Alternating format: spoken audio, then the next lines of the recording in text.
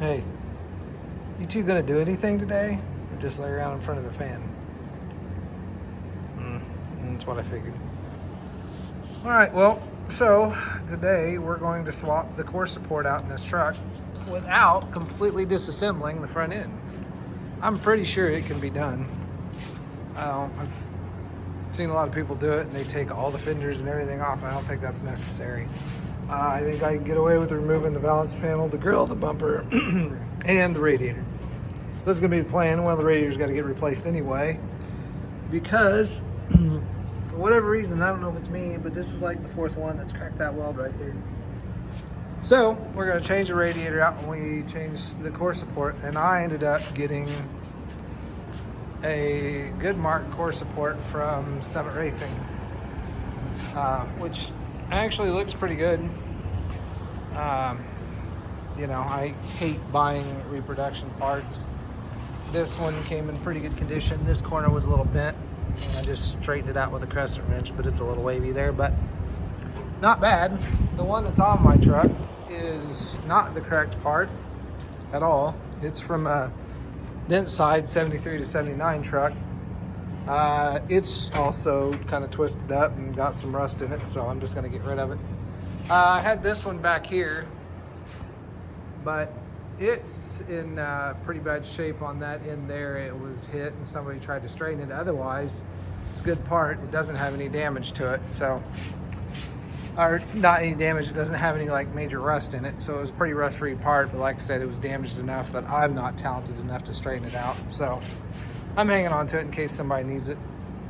But yeah, we'll go ahead and get started taking this apart. Kind of go through how I'm going to do it and see if this works. All right, so obviously the first step of this is get the radiator out. So I'm draining the coolant, and I'm going to go ahead and pull the battery. I think these are the two things. Like, this battery's got to go.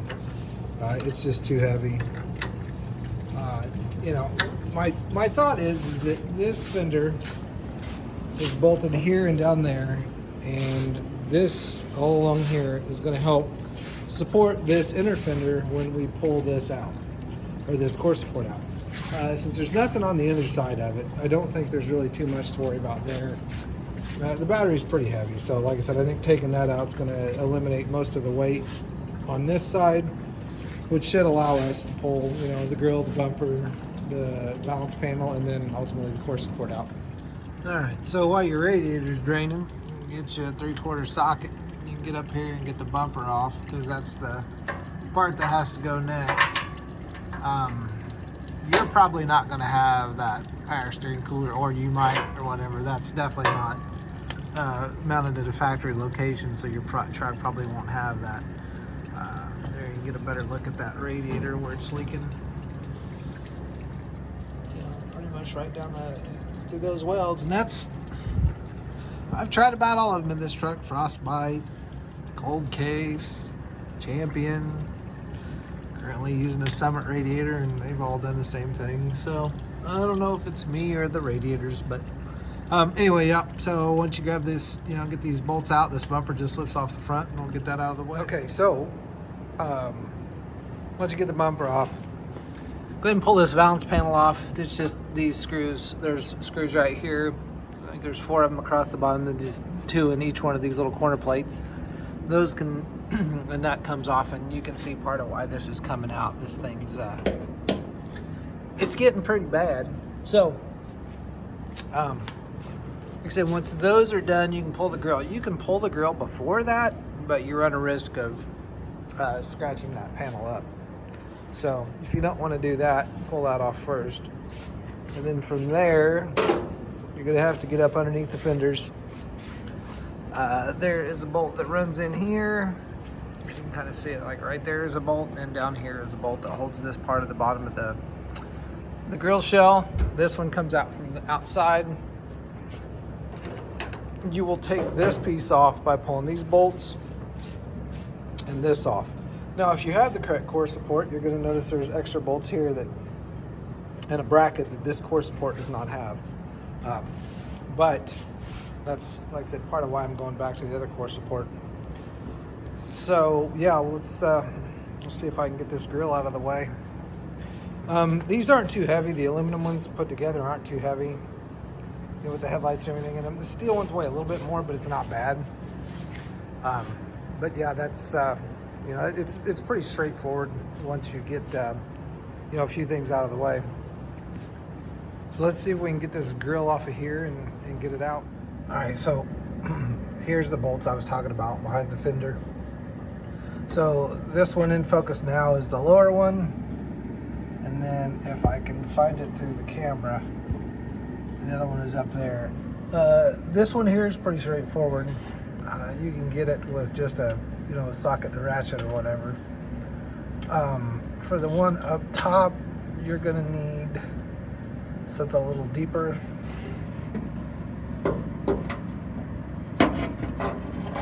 Oh, it's hard to find.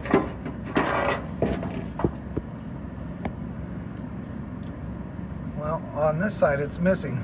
So, yeah, you don't have to worry about it on this side. Alright, so I wanted to add something real quick. If these bolts don't come out easy, like if, you know, if you're going to take these out and these are not coming out very easy, spray some penetrating fluid on there, let them soak as much as you can get to them anyway, because I've seen a lot of these grills where these aluminum tabs get ripped out because these bolts don't come out easy, and so that clip turns and it'll actually cut through the grill or rip the aluminum grill apart.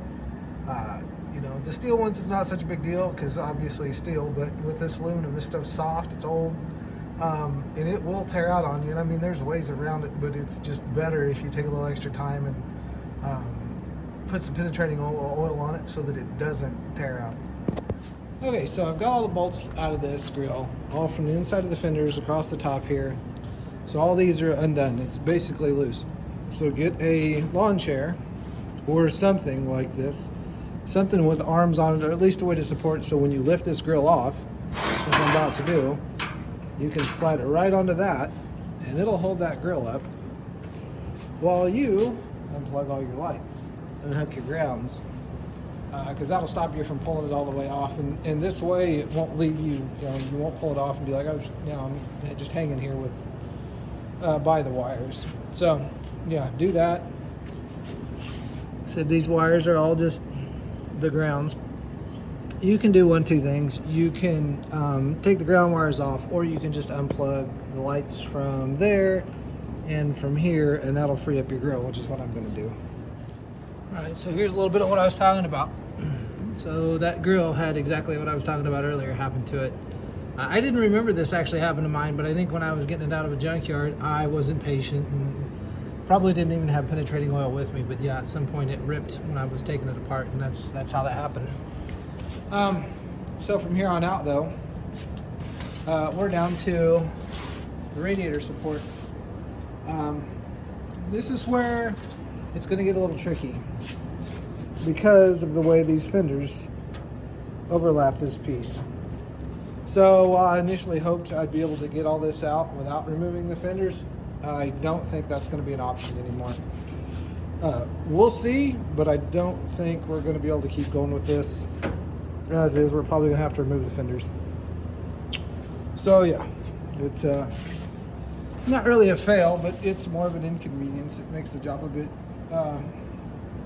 more time consuming, but it's still not a bad job. So yeah, start getting the first thing. I'm gonna have to let the radiator finish and then get it out, and then we'll look into pulling the fenders off and getting this core support out. So yeah, got to pull the fender. There's no way around this core support without it, but thankfully there's a bolt here and a bolt down there, and then all these down through this inner fender, and it's off.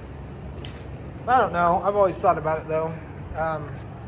Most of you guys probably watch Roadkill, or seen it at some point, either seen Leroy on Cletus McFarland's channel or the vet cart on Roadkill. But if I ever win the lottery, I'm going to build another one of these as a cart, because I think the open wheel look just is absolutely cool on this thing.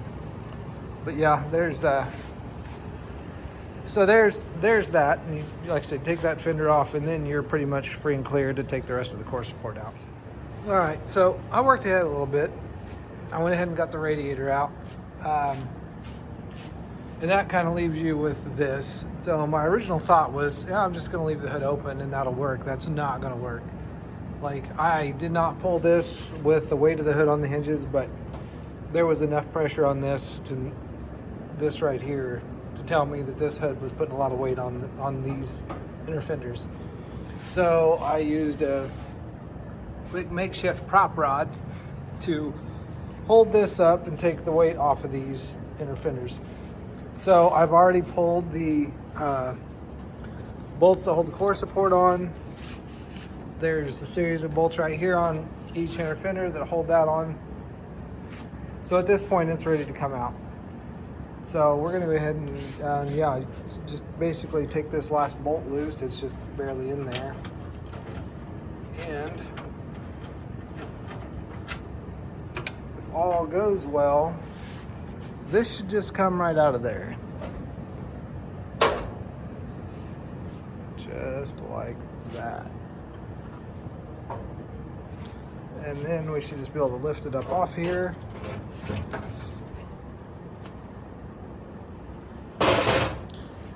And away we go. So yeah, I mean, all in all, like, this is probably a total of 2 hours worth of work to take this apart this far. Like, I mean, these trucks are so easy to work on. So we can take a look real quick at the differences. I know a lot of people put the 73 to 79 core supports in their truck, which is what this core support is. So I'll actually take a second, clean up a bit, and try to get these two core supports side by side so we can take a look at the differences between the two, because there are some. There are a couple places where bolt holes aren't that should be, and then there's a couple places where I think bolt holes are that shouldn't be. So there's some minor differences to these, but nothing that I've noticed that would make it not structurally sound to use one. So you can do whatever you want there. But yeah, let's get these over here side by side and take a look. What's the matter? You hot? Yeah, it's not very fun outside today. So we already covered the noticeable differences on the front of these core support, which is mainly the hood latch that's located up towards the top, and they're different on the 67 to 72 than they are on the 73 to 79. But you saw how mine was done, so that's really the biggest change that you'll notice. This side, you can kind of see between the two. You know, this hole is obviously not supposed to be there. I'm not sure why that was there. It was there when I acquired it. So, but structurally, they're all, I mean, most everything is there that you need. The shape and the design is all similar. This truck has a little bit different design right through here, whereas the factory, the 73 to 79 truck, I think is changed because of the headlights. But don't quote me on that, because I'm not entirely sure. This side is more noticeably different. So on the 67 to 72 version, there's holes in the grill similar to what there is in this one, except in this one we have this series of holes. I don't know what those are for. I have no idea. But that's some of the most notable changes I've seen. This one has, you can see how bad off this one was getting. This one does not have all the provisions that this one does for the balance panel that goes on the front along the bottom, but those shouldn't be too hard to add on if you decide to go that route with one. Otherwise, I think that's the biggest changes. Dimensionally they're the same. There's no change in them, dimensionally, so that they can be interchanged. Radiator openings are the same. Radiator opening or radiator mount locations are the same. Yeah, well, that's pretty much it. So if you guys have any questions or anything like that about this, just post them in the comments. I'll try to answer the best I can. There's a website, fortification.com, and I'll link it in the bottom. He covers the differences in these two core supports a lot more thorough than anything else. And then for the rest of it, just put it back to the opposite direction. You took it apart and you should be good to go. Thanks for watching.